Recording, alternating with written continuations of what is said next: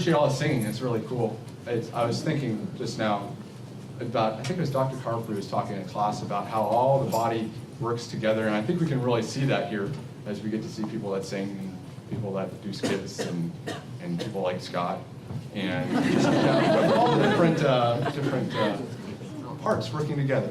It's really neat. I found myself in a number of Christian circles. I've been to a couple of different Bible colleges, and I've interacted with ministries and been to a bunch of churches and members of two. I've been one member of two. And I'm just always struck by the fact that, there's just very unique people in the church. And sometimes people are a little strange. But God uses, but God uses everyone for a unique purpose. And it's just interesting being at Bible college. You get to see different people, and you come up with names for different kinds of people. We got MKs and we got PKs and we got, what is it, DK, Deacon's Kids. Hey, I've heard it. But I said I have to give myself a name. I'm what I call an MGK. It's a missionary grandkid. And actually, I'm also a missionary. I'm a PGK, pastor's grandkid. Hey, I mean, you gotta come with something. But I found myself when I was a kid, my grandfather was my pastor. I was like, that's, I took it for granted because I was young and assumed, well, I just took it for granted. But I still remember my grandfather. I heard many of his sermons. But I remember his last sermon in particular because it was not an ordinary sermon. He preached it in his living room wearing his bathrobe and slippers and an afghan. It was a few days after they had called in the hospice ministry, or hospice care, and they told him he'd probably have 2 weeks or so to live. So the whole family gathered together, and we had a dinner, and we always, anytime we get together with my grandparents, Grandpa would always tell stories. So we all gathered in the living room expecting a story. And I remember the first words of his sermon that evening were, I'm going to get to go see Jesus pretty soon. And he was pretty excited. And he continued to tell his testimony of how God had worked in his life, how he had been saved as a child, how he had been preserved through the Korean War, how the Lord had called him to ministry in South America as a missionary, how the Lord had called him to pastoral ministry in the States. And I remember the last words of his sermon also. He said, I've served the Lord for over 50 years, and I have never regretted it once. That, I think, was 2 years ago yesterday that happened. And that was, to me, that was shortly before I came here. It was like a month before I came to ABC. And that was a real motivator for me. I said, I want to carry on that legacy. I want to be able to say whenever I'm however old, 80-something years old, that I've served the Lord for that long, and I never regretted it. But since that time, since the Lord called me to that ministry and said, I want you to do this, I've had one fear. One thing that's always terrified me is that I'll get distracted from that, is that I will not follow through with it. It's something that frightens me. I think the disciples had a similar fear in Luke 17. And you probably don't have Bibles, but don't worry about it. If you have them, you can turn to Luke 17. The context of Luke 17 is the disciples of Jesus are going toward Jerusalem, and he's teaching as he goes, and he's teaching a lot about discipleship. And in chapter 17, at the beginning, Jesus says, it's impossible that no offense should come, but woe to him through whom they do come. Later on, he says, take heed to yourselves. I think the disciples here were perhaps a little bit intimidated, like, woe to the people through whom temptations come. He says, take heed to yourselves. It might be you. So they said, oh man, we don't want to fall away. They had a good heart. They wanted to follow through with what the Lord had brought them to do. So they came to Jesus and asked him a question. Verse 5, they say, the apostles said to the Lord, increase our faith. Well, that's a good thought.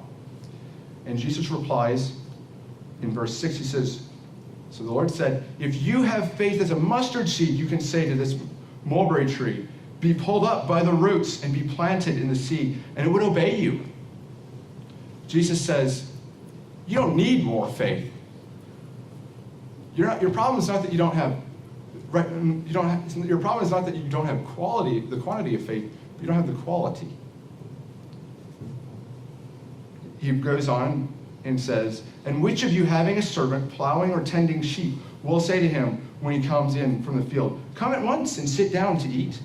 But will he not rather say to him, prepare something for my supper, and gird yourself and serve me till I have eaten and drunk, and afterwards you will eat and drink? Does he thank that servant because he did the things that were commanded him? I think not.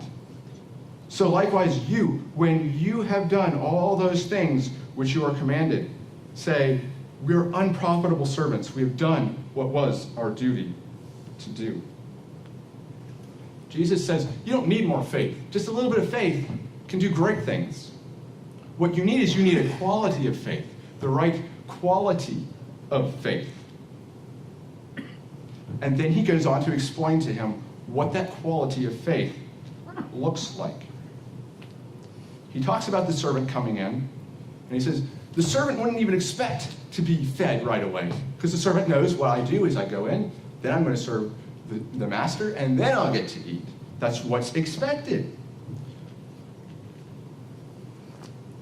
And Jesus says, that's what you should expect. You should not only expect to be served later, but you should say, I'm unprofitable. I'm not even worthy.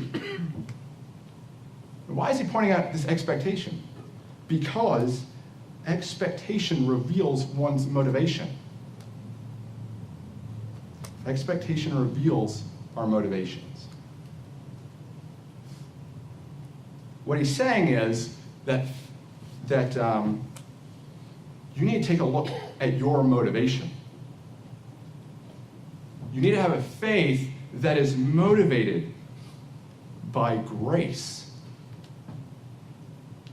You see, when we work, when we have a job, we expect to be paid. We work to be paid, right? If I don't get paid, why am I working? However, when grace is our motivator, what more can we expect? When we've done nothing to get grace, what more can you expect? Nothing. Which is why he says, your faith should look like this. Your faith should say, I'm an unprofitable servant. I've done only what I had to do. I've done only my duty because grace is the motivator of your faith. But I think in order to understand grace, we must first recognize who we are in light of who God is. I want to tell you about a man who literally met God face to face and had to face who he is. His name is Jacob. And if you turn, don't even read it. Genesis 32 is where we're at, if you're wondering. Jacob not only faced God, but he wrestled with God. Jacob, his name means the deceiver, or the one who grasps the heel, which I think is an idiom for the idea of deceiving. Jacob struggled all of his life. He deceived he swindled his brother out of his birthright. He deceived his father and into getting the promise. And he just had he struggled a lot. He struggled to get the promise, and then he goes off to Laban's place, and Laban struggles to keep him around so that he'll be blessed through the promise. And there's a lot of struggling going on. But in Genesis 32, you come to a place where Jacob is struggling. He's coming back, and God said, go back to the land. And he's going, and he sees his brother is coming toward him. He's told, your brother's coming with 400 people. And that would be pretty scary, because when he last saw his brother, he wanted to kill him.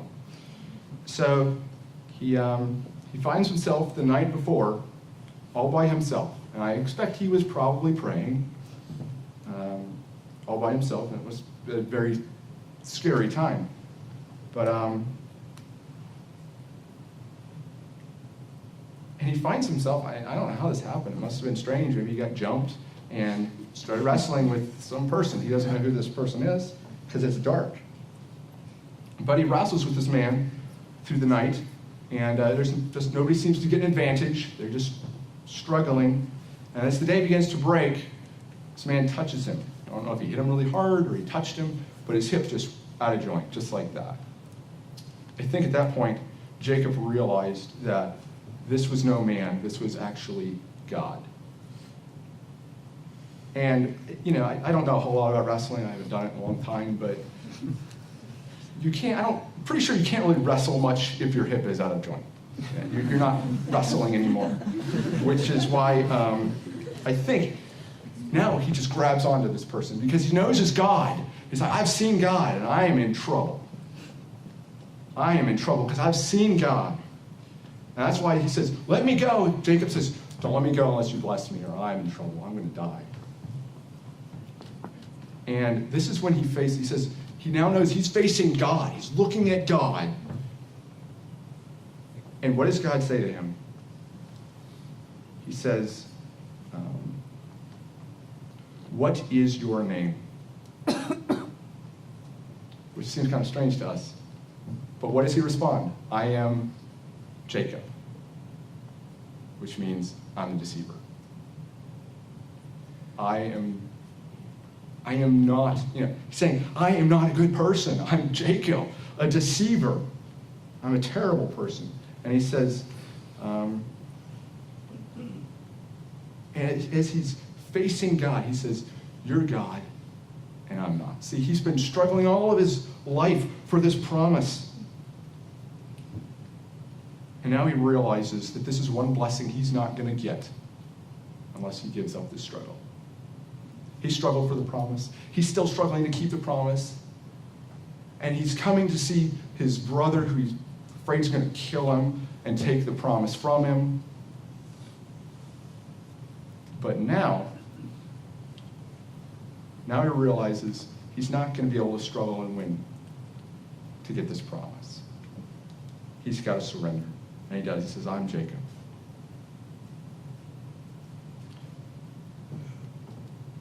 And then God says to him, your name shall no longer be Jacob, but is Israel. For you have struggled with God and with men, and listen to this, and have prevailed. What? He prevailed? Yeah, he got the promise. But he prevailed against God. How did he prevail? He prevailed by giving up. His final victory in this struggle, he came to him by giving up, by surrendering.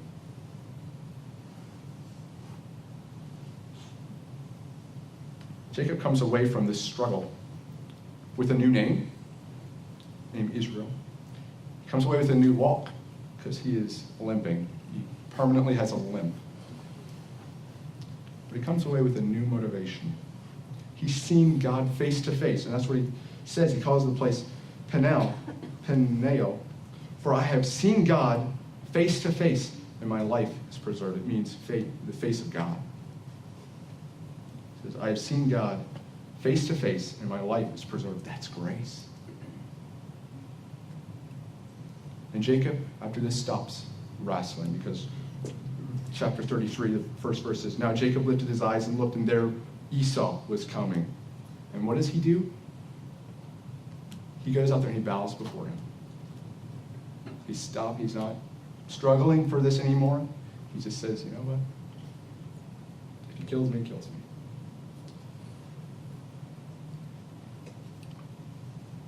See, Jacob had a new motivation. His motivation before was to get that promise, to earn that promise. But now he's got a new motivation. You see, faith motivated by grace, this is what it looks like. It looks like me recognizing who I am in light of who God is. And as a result, I surrender my life and my struggle to God. That's what a life that is motivated by faith, or a faith that is motivated by grace. I told you I came here almost 2 years ago, right after that experience, and I said, I really want to serve the Lord, and I want to go to Bible school. You know what? At first semester, I struggled a lot. It was, and you know what? Honestly, I still struggle. Y'all see me in the library because I'm not good at school, and I've got to go somewhere where I can get down and do it. So I struggled with school a lot. And I'll tell you, that first semester, I struggled a lot. But I did take one thing away. I still use speech cards. Students, yeah, I still do. I took that class, and it was hard. It was really a difficult semester for me. I didn't know many people, and it was a hard semester, but I remember that that Resurrection Sunday, that Easter Sunday, that year. I was just getting so worn down with school and life, and it was a struggle. And I didn't have that much of a motivation anymore. But I remember coming up to Resurrection Sunday and just thinking through the story, I realized, what would it have been like to be one of the disciples or one of the women who first saw Jesus? I mean, first of all, you've gone through a traumatic experience of seeing the one that you thought was the Messiah killed. All your hope is gone, and then you see him coming back from the dead. He's alive now. Can you think of any better news? Can you think of a better motivator than that? Jesus is alive. He's alive after having dealt with your sin and dealt with death. Oh, that's a motivator. I came away from that thinking, why am I upset about school? Why am I afraid about speech class? What am I afraid of? The greatest news in the world is true. Jesus is alive. That's a motivator. That's God's grace. I can't really think of anything that could motivate you more than God's grace. But sometimes we may need to wrestle with God and learn to surrender our motivation so that we can be motivated by grace.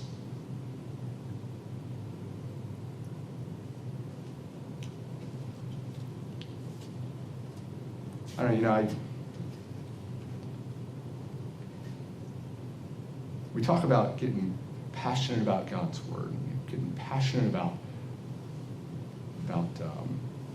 serving the Lord, and that's great, and we need to be. But I think what we need is, more often, is we need a new attitude. We need a new motivation altogether. An attitude that looks like faith motivated by grace. That's what I think. And that's something that's not only going to get you fired up right now, hey, I'm excited after a missions conference, but if you have that attitude and it continues with you, that's a life. That is your whole life. That's not just temporary. That's an attitude that you are now taken and you can carry with you for the rest of your life. This is something I've been thinking about a lot recently is, what's my motivation? It gets you into your heart to say, what is motivating me today? No matter what's going on around me, God's grace is still real in my life. And I can always be motivated by that every single day. It's pretty awesome.